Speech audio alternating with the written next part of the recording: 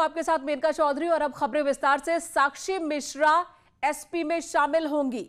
बरेली से खबर, साक्षी मिश्रा ने अखिलेश यादव से मिलने का समय मांगा है। साक्षी मिश्रा समाजवादी पार्टी में शामिल हो सकती है। बिथरी के बीजेपी विधायक पप्पू भरतौली की बेटी है साक्षी मिश्रा और अब खबर आ रही है कि पप्पू भरतौल की बेटी साक्षी मिश्रा समाजवादी पार्टी में शामिल हो सकती है। समाजवादी पार्टी के राष्ट्रीय अध्यक्ष अखिलेश यादव से मुलाकात का उन्होंने वक्त मांगा है। साक्षी मिश्रा जो कि बीजेपी विधायक पप्पू भरतौल की बेटी है, अब वो समाजवादी पार्टी का रुख कर सकती है। तो बड़ी खबर इस वक्त आ रही है।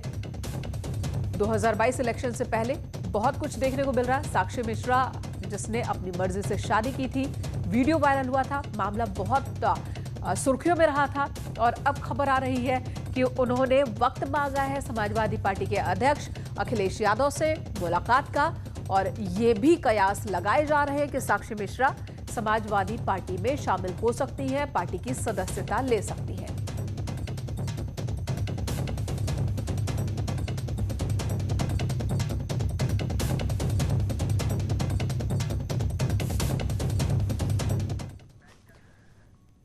इधर एटा जनपद का CHC hospital Awagarh beer bar बन चुका है। आरोप है कि शाम ढलते ही डॉक्टर यहां पर महफिल सजा लेते हैं और सीएचसी के अंदर जमकर जाम छलकते हैं, लेकिन प्रशासन के आला अधिकारी दारूबाज डॉक्टरों के खिलाफ अब भी कोई कार्रवाई नहीं कर रहे। सीएचसी हॉस्पिटल पूरी तरह से बियर बार बन चुका है। डॉक्टर शाम ढलते ही देखिए जरा किस तरह से पार्टी करने लगते हैं, बियर और दारू के साथ नमकीन का, और यहाँ पर लुत्फ उठाते दिख रहे हैं डॉक्टर। इस मामले में आला अधिकारी मीडिया के सामने कुछ भी बोलने से बच रहे हैं।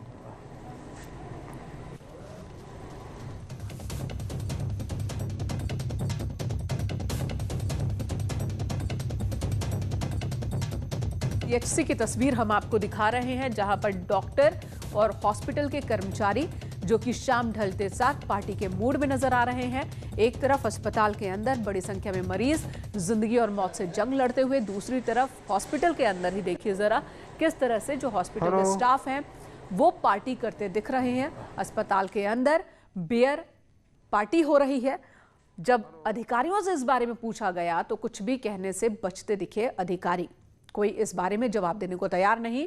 प्रशांत हमारे सहयोगी इस वक्त हमारे साथ एटा से जुड़े गए हैं। प्रशांत, तस्वीरें जो इस वक्त सामने आई हैं, डॉक्टर स्टाफ सभी हॉस्पिटल के अंदर पार्टी कर रहे हैं, ये लोगों का इलाज क्या करेंगे, जान क्या बचाएंगे? जी देखिए, बड़ा सवाल ये है कि जो डॉक्टर भगवान माने जाते हैं, अगर वही नशे में धुत रह के इलाज करेंगे तो जो मरीज है उनका क्या होगा। और अक्सर ये ऐसी तस्वीरें आती रहती है, लेकिन बावजूद इसके प्रशासन के आला अधिकारी इनके खिलाफ कोई कड़ी कार्रवाई नहीं करते हैं, कोई कड़ा एक्शन नहीं होता है। वीडियो इस वक्त हम देख रहे हैं ये कब का है, कुछ साफ है और कार्रवाई क्यों नहीं होती, क्यों नहीं की जा रही? जी देखिए, ये वीडियो सोशल मीडिया पे वायरल हुआ है और जिसके बाद प्रशासन के आला अधिकारियों को मामले का संज्ञान हो गया है, लेकिन बावजूद इसके अभी तक कोई कार्रवाई नहीं हुई है। और बड़ा सवाल ये भी है कि ये वीडियो कब का है, इस तक की पुष्टि करने के लिए जिला प्रशासन अभी तक तैयार नहीं है। हालांकि वह कोविड-19 के पर्चे लगे हैं, तो लेटेस्ट वीडियो माना जा रहा है, क्योंकि वीडियो में साफ दिख रहा है कि वह कोविड-19 के पोस्टर लगे हुए हैं। तो प्रशांत, ये साफ हो पाया है कि ये जो लोग हैं उनकी पहचान हो पाई है क्या, कि कौन कौन है ये? इसमें से एक डॉक्टर बताया जा रहा है और 2 वार्ड बॉय बताए जा रहे हैं, लेकिन बावजूद इसके तीनों में से किसी के खिलाफ अभी तक कोई कार्रवाई नहीं हुई है। प्रशांत, धन्यवाद आपका इस वक्त पूरी जानकारी देने के लिए। और यहाँ पर अगर डॉक्टरों की लापरवाही की वजह से किसी की जान जाती है तो आखिर जिम्मेदार कौन होगा? पूरा का पूरा हॉस्पिटल प्रशासन पर ही सवाल उठ रहे हैं। कार्रवाई जरूर होनी चाहिए। अगली खबर का रुख करते हैं उत्तरकाशी से। ये खबर जहां पर पहाड़ी से मलबा आने के बाद यमुनोत्री एनएच एक बार फिर से कुतनूर के पास बंद हो गया। तस्वीरें जो इस वक्त आप देख पा रहे हैं, देखिए कैसे पहाड़ी से रुक रुक कर मलबा आ रहा है और यहाँ सैलाब की तरह पहाड़ी से ये मलबा लगातार हर थोड़ी देर पर रुक रुक कर नीचे आ रहा है। दूसरी तस्वीर हम आपको दिखा रहे हैं, यहाँ पर पहाड़ का एक बड़ा सा हिस्सा पेड़ पौधों के साथ चंद ही सेकंड में जमींदोज हो जाता है। गनीमत रही कि यहाँ कोई हादसे का शिकार अब तक नहीं हुआ है। यहाँ से गुजरने वाले लोग जान जोखिम में डालकर गुजर रहे हैं। हालांकि प्रशासन की ओर से कई जगहों पर लोगों की आवाजाही रोक दी गई है, रास्ते जाम हो रखे हैं और उन्हें खोलने की कवायद भी चल रही है, लेकिन रुक रुक कर लगातार मलबा गिर रहा है।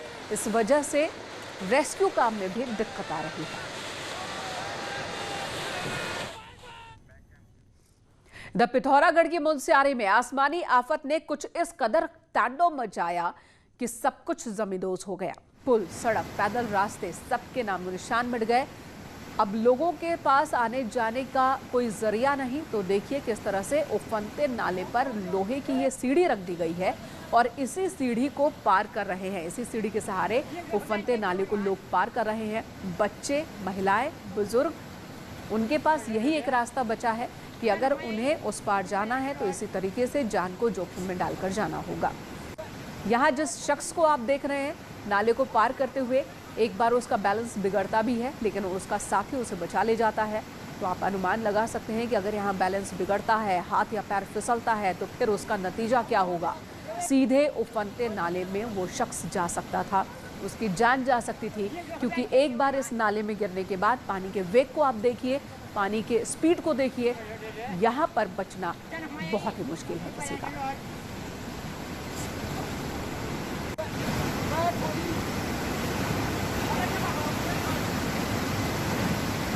खबर लखनऊ से, जहां पर इलेक्ट्रॉनिक टोल मशीन से ठगी का मामला सामने आया है। एसटीएफ ने खुलासा किया है। एसटीएफ ने पूरी तकनीक के साथ बताया कि आपकी आंखों के सामने दुकानदार कैसे आपको धूल झोंक रहे हैं। यूपी एसटीएफ ने एक ऐसे सिस्टम, एक ऐसी टेक्निक को पकड़ा है जिसके जरिए वेइंग मशीन के मदरबोर्ड में छेड़छाड़ की जाती है और इलेक्ट्रॉनिक वेइंग मशीन में घटतौली की जाती है। ये सब कैसे होता है, बात करने के लिए हमारे साथ यूपी एसटीएफ के डिप्टी एसपी अमित नागर है, जिनकी टीम ने ये किया। नागर साहब, कैसे हुआ है ये सब, कैसे ठगे जा रहे हैं लोग रोजाना? हाँ, मैं इसमें ये बताना चाहूँगा कि जो स्टैंडर्ड कंपनी की जो मशीन होती है उसमें ये पॉसिबिलिटी ही नहीं होती कि आप उसमें कोई छेड़छाड़ कर सके। लेकिन हो क्या रहा है, कुछ अनस्क्रपलस लोग मदरबोर्ड, पहले से ही प्रोग्राम्ड मदरबोर्ड को इसमें लगा रहे हैं।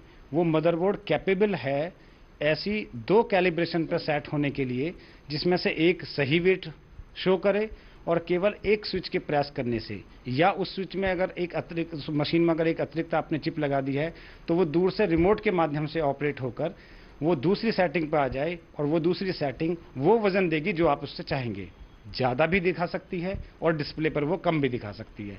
और इतनी सफाई से ये होगा कि आपको पता ही नहीं चलेगा कि कब में ये 2 तरह के डिस्प्ले चेंज हो गए हैं। अपनी सुविधा अनुसार उसको चेंज कर सकते हैं। जैसे ये मशीन है, ये मशीन ऐसे ही प्रोग्राम्ड मदरबोर्ड पर ये बनाई गई है। इसको अगर हम जैसे ऑन करते हैं, ऑन करने के बाद हमने ये 2 kg का इस पर वेट रखा है, जो अब ये इस समय जो ये डिस्प्ले कर रही है, ये सही कैलिब्रेशन पर डिस्प्ले कर रही है। इसमें वो अंदर जो इसको चेंज करने वाला सिस्टम है वो इस वाली की में इनेबल किया गया है। हम इसको अगर प्रेस करेंगे तो ये आपको अलग वेट दिखाएगी। अब ये 2.5 kg का वेट दिखा रही है। तो नगर साहब, इसमें छेड़छाड़ कहाँ और कैसे की गई है? ये छेड़छाड़ तो बाद की चीज़ है, जब आप इसमें चिप लगाकर रिमोट लगाएंगे। ये पूरी मशीन ही फॉल्टी है। ये मैन्युफैक्चरिंग लेवल पर ही जाकर इसमें मदरबोर्ड ही गलत लगा हुआ है। अब इसी 2.5 kg को हम 1.5 kg भी कर सकते हैं। अगर हमें गरीब किसान से गल्ला खरीदना है, गेहूँ और धान खरीदना है, तो हम इसको ज़्यादा पे लगा के रखेंगे। हम उससे मान लिया कि उससे 125 क्विंटल हमने इस पे रखा और ये इसको 125 किलो हमने रखा और इसको 100 किलो शो करेगी, हम इसको 100 किलो के पैसे देंगे। जब हमको गरीब किसान ग्राहक को बेचना होगा तो हम इसको 75, 80, 90 जो भी उसकी वहाँ पर समझ बन रही है उस पर सेट करेगा, वो देगा 90 किलो और उस पर वो शो होगा 100 किलो, पैसे 100 किलो के ले लेगा। ये मशीन के अंदर मदरबोर्ड, यानी कि ये मैन्युफैक्चर्ड ही गलत है। ये जैसे कि इस मशीन में, इसी की जैसी एक दूसरी मशीन है, आप इसमें देखेंगे ये इसका मदरबोर्ड है। ये डिज़ाइंड ही इस तरह से हुआ है और ये प्रोग्राम्ड है कि वो 2 सेटिंग ले लेगा, जबकि केवल एक वजन की एक ही रीडिंग आनी चाहिए, और ऐसी कोई सुविधा इसके अंदर नहीं होनी चाहिए कि आप अपनी मनमर्जी से वो जो वजन आप रख रहे हैं उसको आप डिस्प्ले कर सकें, लेकिन ये वो सुविधा देती है।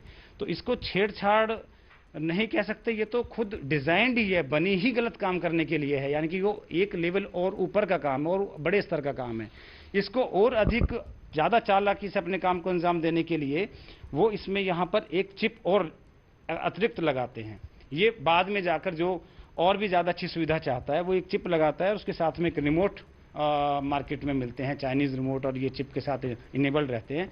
वो रिमोट इस काम को फिर दूर से कर देता है। जैसे कि मैंने यहाँ पर इसको प्रेस किया, आप देख सकते हैं कि अभी ये 2.5 kg इसको दिखा रहा है। हम इसको फिर से प्रेस करेंगे और ये फिर से 2 kg, लगभग 1.999 2 kg इसको दिखाने लगा है। ये हम प्रेस कर देंगे, फिर 2.5 kg दिखाने लगा। यही काम अगर हम वो चिप लगा देंगे तो दूर से रिमोट के साथ में हो जाएगा। तो केवल ये इस मशीन में टेम्परिंग नहीं है, ये पूरी मशीन ही फॉल्टी है, ये पूरी मशीन ही डिजाइंड है इस गलत एक्टिविटी को करने के लिए। और मार्केट में इस तरह की मशीनें फ्रीली अवेलेबल हैं जो आपकी आंखों में रोज धूल झोंक रहे हैं। कैमरामैन उपेंद्र यादव के साथ ऋषभ मणि त्रिपाठी, न्यूज़ 18 लखनऊ।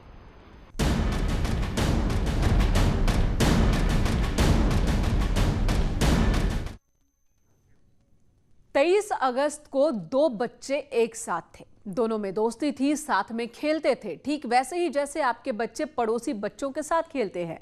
लेकिन इस दोस्ती में एक गेम ने दरार डाल दी और फिर जो हुआ उसकी तस्वीरें भयावह हैं। खेल खेल में एक गेम की वजह से गोली चल गई।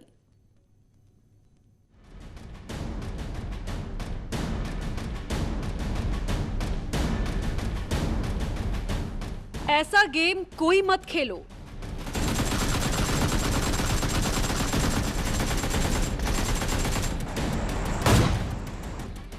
ये गेम जानलेवा है।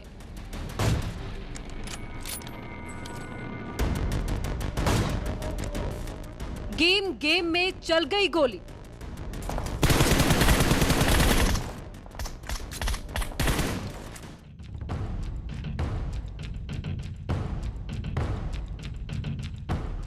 हमलावर ने एक को गोली नहीं मारी, पूरे परिवार पर फायर झोंक दिया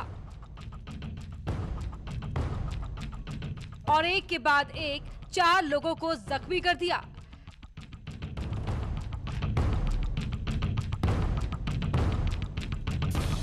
घायल लोगों को तुरंत अस्पताल में भर्ती कराया गया, जहां पर वो खतरे से बाहर बताए जा रहे हैं।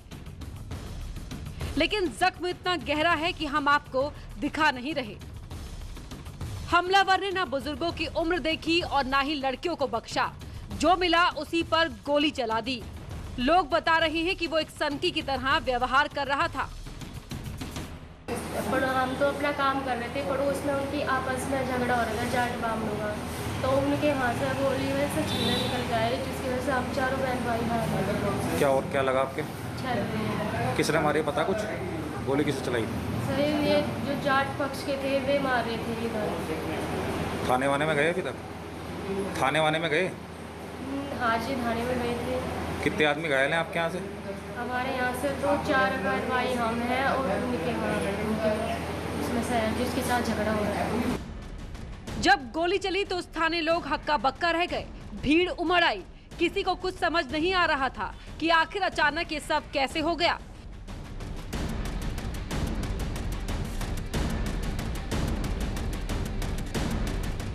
शुरू में लगा कि कोई आपसी रंजिश होगी, लेकिन जब हमले की असली वजह सामने आई तो लोगों को विश्वास नहीं हुआ कि एक गेम की वजह से कोई गोली मार सकता है।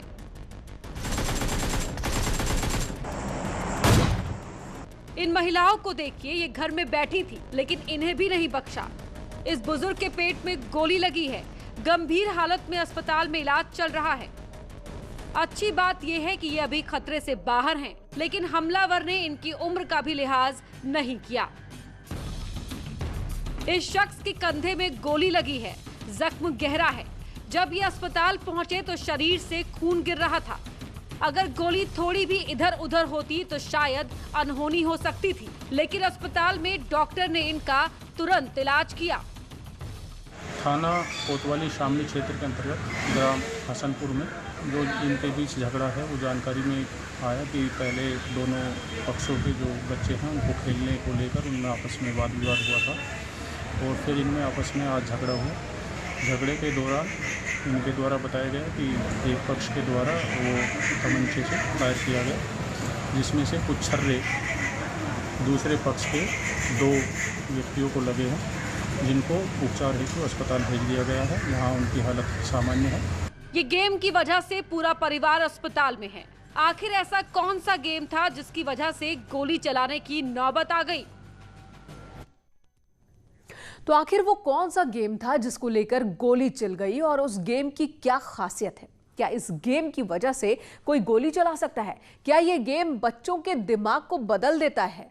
ये ऐसे सवाल हैं जिसका जवाब आप भी जानना चाहते होंगे। तो चलिए देखते हैं अगली रिपोर्ट।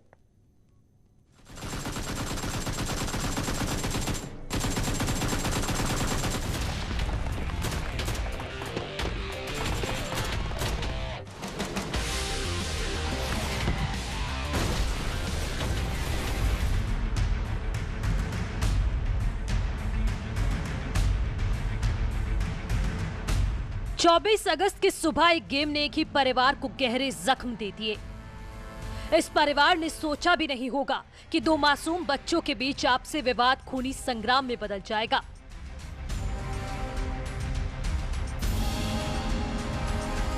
बच्चों के बीच विवाद में बड़ों को आ जाने से स्थिति और ज्यादा भयावह हो गई।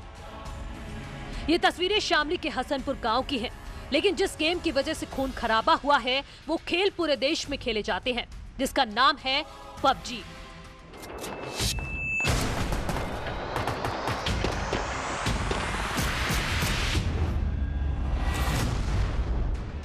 दुनिया भर में मोबाइल पर खेले जाने वाला ये सबसे चर्चित गेम है। मोबाइल पर ग्रुप बनाकर बच्चे से लेकर नौजवान तक इस खेल को खेलते हैं। गेम में हथियार के साथ गोली मारने का रोमांच, लड़ाई होती है, एक दूसरे पर वार किया जाता है और जो जितना शिकार कर लेता है वही इस खेल का सिकंदर होता है। और इसी वजह से बच्चों के दिमाग पर भी असर पड़ता है। मोबाइल पर खेले जाने वाला ये खेल धीरे धीरे बच्चों के दिमाग को अपने कब्जे में ले लेता है और वो असल जिंदगी में भी ऐसा ही करने लगते हैं।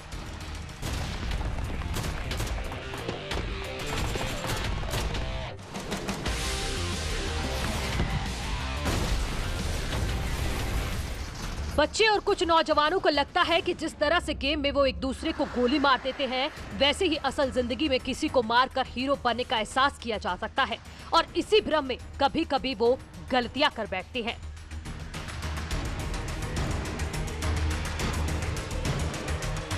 बताया जा रहा है कि 23 अगस्त को शामली के हसनपुर गांव में 2 बच्चे पबजी खेल रहे थे और इसी दौरान दोनों में झगड़ा हो गया। 2 बच्चे थे छोटे छोटे से, मैं पबजी का गेम खेल रहे थे। उस गेम के कारण उनकी किसी बात पर कवासुनी होगी। कवासुनी करने के बाद में उसका जो बड़ा भाई था उससे बच्चे से हमारे वाला, तो वो अपने भाई को समझा बुझा के लेके आने के बाद में उसने जो दूसरी पार्टी का था उसने अपने भाई के पास फ़ोन कर दिया। भाई के पास फ़ोन करने के बाद में मैं आए, एक कट्टा लेर थे, उसके पेट में नाल नोड़ के खोदे भी मारे और उसे पीटना चालू कर दिया उन दोनों भाइयों को। मैं जूं तू करके बच के भाग गया।